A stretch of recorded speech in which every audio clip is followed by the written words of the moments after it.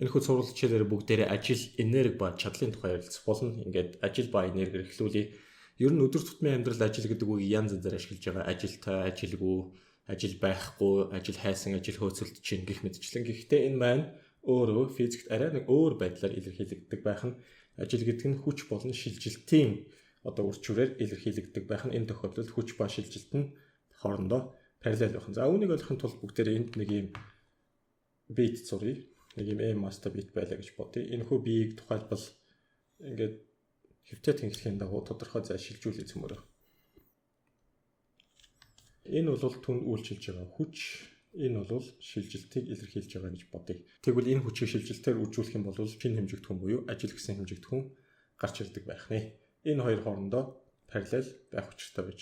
C системд ажлын нэгж нь Joule 1J гэж тэмдэглэгдэн. Тэр маань 1 ньютоны үржих метр байдаг байх нэ.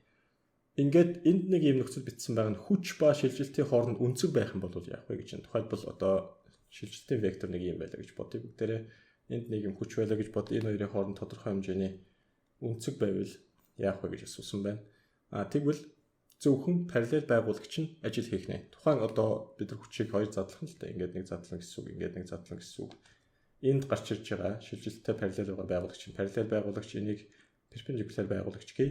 Энэ хоёроос хэн нь ажил хийх вэ гэдээ асуусан чинь параллел байгуулагч нь зөвхөн ажил хийн. Энэний ажил нь хэд болох вэ гэвэл тэг болох нь байна. Яагаад вэ гэхээр энд хүч ба шилжилт хоорондоо параллел байх учиртай гэдэг анханаас өгсөн байна. За тэгвэл энэ дээр тухайлбал F-ийг үржих нь S гэд бүгдээрээ ажлыг олж холвол түүний нэг чинь Joule. Энд харуулсан тохиолдол шиг ийм үнцгтэй байх юм бол F хүчийг хоёр одоо байгуулагчд нь хувааж байгаа. Нэг нь хэвтэй байгуулагч, тэр маань хаана вэ? Энэ байна. Нөгөөх нь босоо байгуулагч, тэр маань энэ байна. Түүнийг перпендикуляр байгуулагч. За юу нь перпендикуляр юм бэ гэхээр шилжилтэд перпендикуляр. Энийг бол параллел байгуулагч гэхэд ингээд тэмдэглэжээ. Тэгвэл перпендикуляр байгуулагчийн хийх ажил маань тэг болно гэдгийг өмнө хэлсэн. Харин энэ тодорхой хэмжээнд ажил хийх нэ. Перпендикуляр байгуулагчийг бид нар яаж олох вэ гэхээр тэнцүү F-ийг үржих нь синус тета гэж болно. Харин параллел байгуулагчийг бид нар F-ийг үржих нь косинус тета гэж олно. За ингээ харах юм бол F-ийг үржих нь косинус тета мэн ажил хийх нь байна. Тэрийг би энэ дор бичсэн байна. Параллел байгуулагчийг үржих нь S, параллел байгуулагч F-ийг үржих нь cos тета, үржих нь S буюу ажил гэдэг бол F-ийг үржих нь S, косинус тета. За ерөнхийдөө бол бүгдээр энэ тэгштэглийг үнээс ашиглаад явъя. F-ийг үржих нь S, D гэсэн ч болно косинус тета байх нь. За би энэ дээр хэд хэдэн зүйлийг тэмдэглэж өгье. Энэ юу вэ? Хүч. Энэ шилжилт зам тийм ээ. Энэ болохоор F болон S хоёр векторын хоорондох үнцэг байх нэ. Өттэй гэсэн ч болон тета гэсэн ч болно. Окей, би тета гэдэг удаа авчих. За тэгвэл физикт ажил хийгдэх нөхцлүүд нь ямар байх ёстой вэ гэвэл нэгдүгээр би шилжиж байх ёстой. Би шилжихгүй байх юм бол ажил хийгдэхгүй, хийгдэж байгаа ажил нь тэг гэж авах нь байна. Тогтмол хүчээр үйлчилсэн хэдий ч би шилжээгүй тохиолдолд ажил хийгдэхгүй. Тухайлбал энэ шиг гэсэн үг. Энэ дээр байгаа хоёр жишээ бүгдээр авч яагаад ярив. Энэ дээр байгаа жишээнд тухайн модыг хүн одоо параллел F хүчээр татаад байрнаас нь хөдөлгөж чадахгүй байна. Энэ шилжилт байхгүй байна. Хүч үйлчилж байгаа, үйлчилж байгаа. Гэхдээ шилжилт байхгүй байгаа учраас энд хийгдэх ажил маань өөрөө тэг болох нь байна. За энэ карате чин, за таеквондо чин ч юм уу тийм ээ.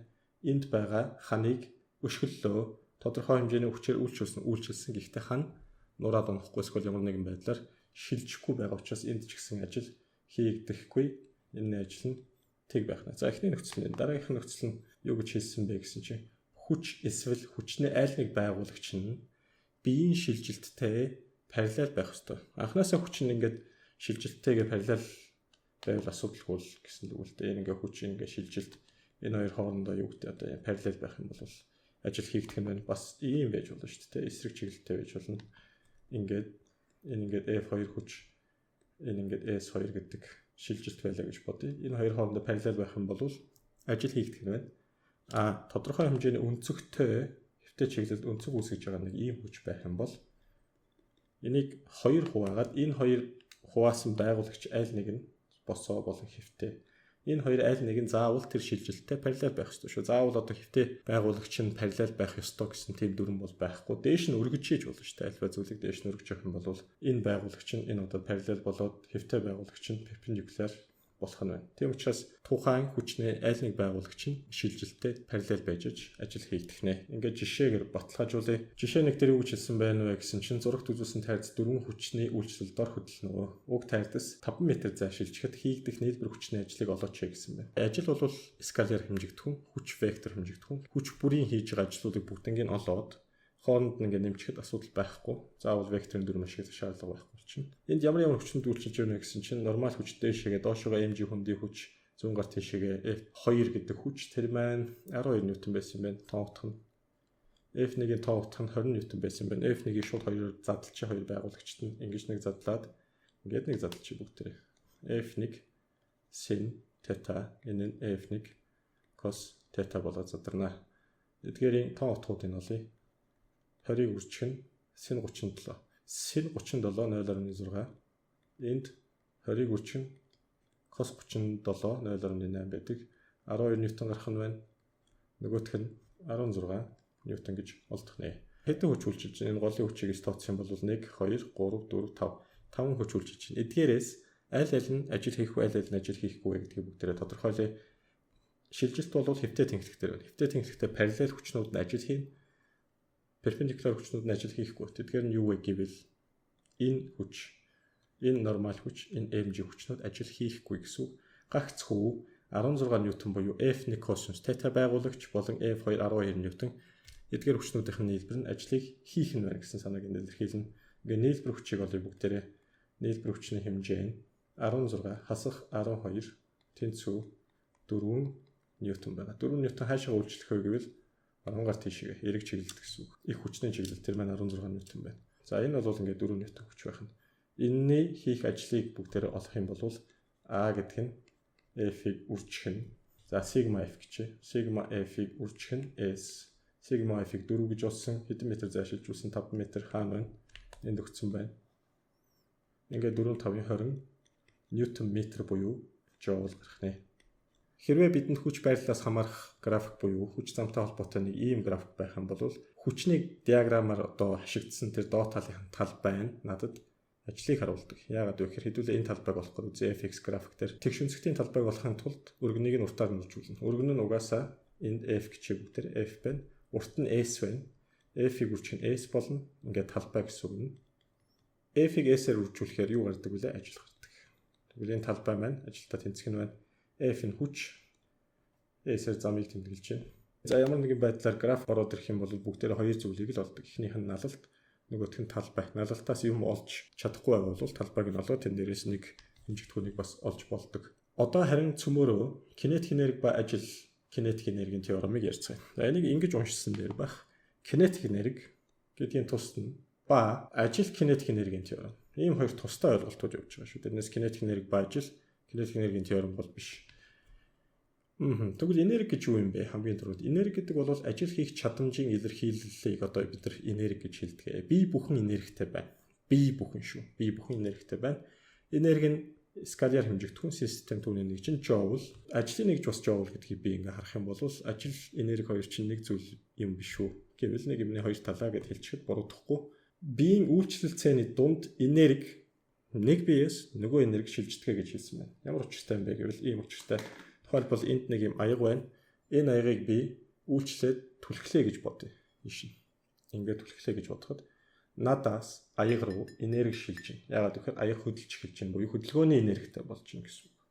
Хөдөлгөөний энергийг кинетик энерги гэдэг. Биеийн үйлчлэлцээний дүнд энерги нэг биеэс нөгөө шилжсэн амгаа огшоос аяг руу энерги шилжсэн ингээд тогтоогоод авъя бүгдээрээ.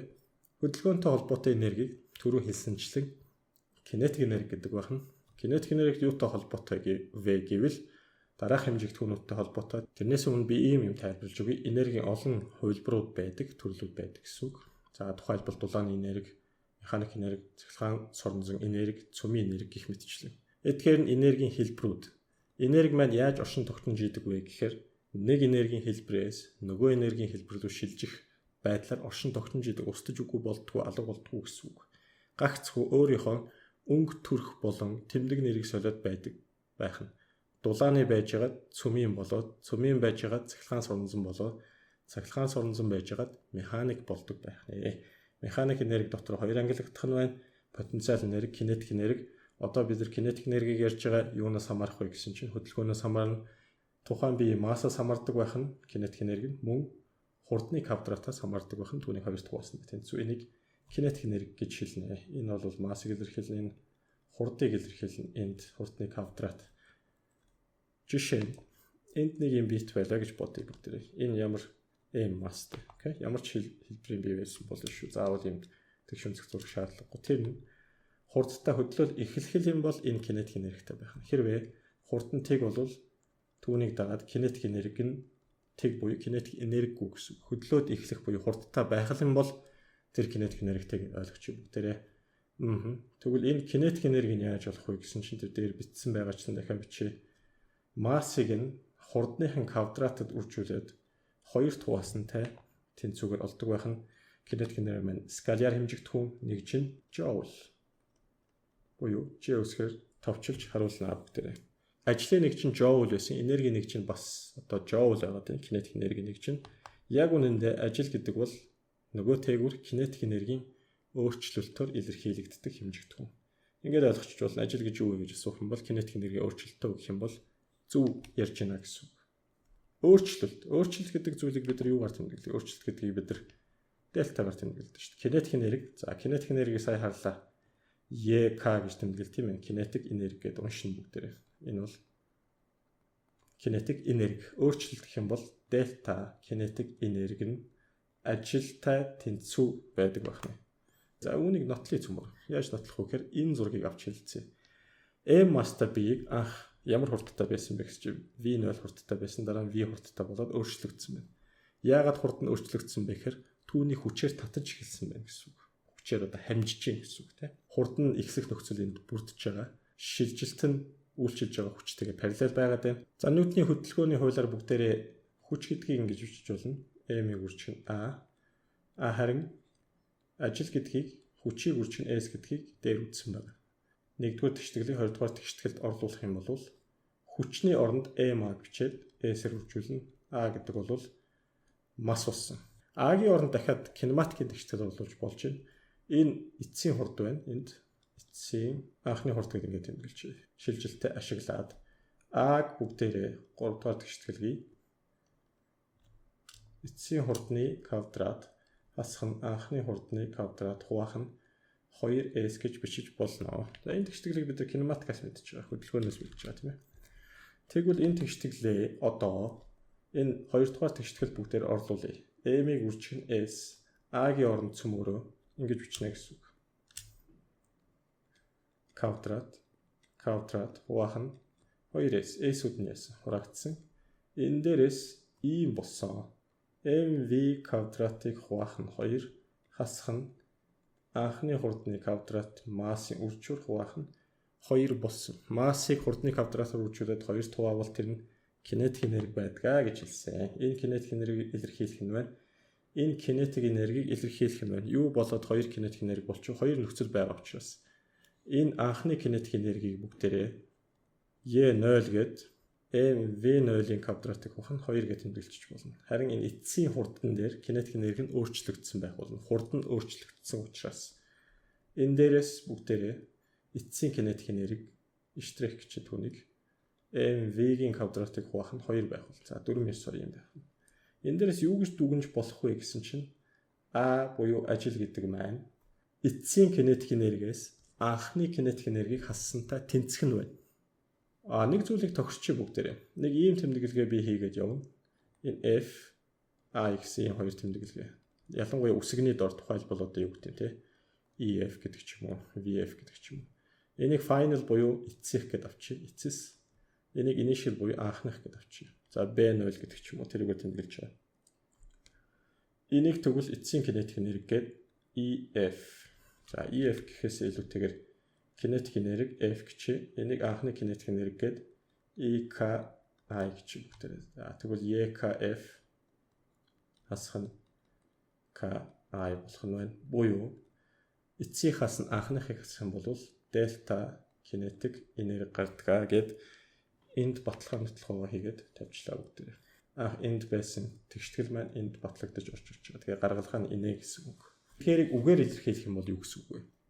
хүч биеийн хурдыг ихсгэсэн тохиолдолд. Тухайлбал энэ F хүч үйлчлээд B0 анхны хурдыг B гэдэг хурд руу одоо эцсийн хурд болгоод ихсгэсэн байвал 10 м/с-ээс 30 м/с болгосон бол хүчний ажил нь эерэг байдаг байх нь. Энэ ажил биеийн кинетик энергийг ихсэгдэг байх нэ. 10 байсан 30 болсон хурд нь 10-ын квадрат 30-ын квадрат ихссэн байна тийм үү? 100-аас 900 ийм хэмжээгээр ихссэн байна гэсэн үг. Хоёрт нь хүч хурдны эсрэг чиглэж байх юм бол тухайлбал хурдны вектор нь и шигээ, хүчний вектор нь и шигээ байх юм бол за энэ хурдны вектор тодорхойлъё. Ингээд эсрэг буюу энэ хөдөлж исэн альфа хурдтай биеийг саад учруулад хүчээр буцаагаад түлхэх юм бол гэсэн үг. Хурд багассан бол хүчний ажил сөрөг байдаг байх нэ. Энийг бит юмартаарай. Цөмөрө жишээ болгоод хоёрыг авч үзье. Жишээ 2.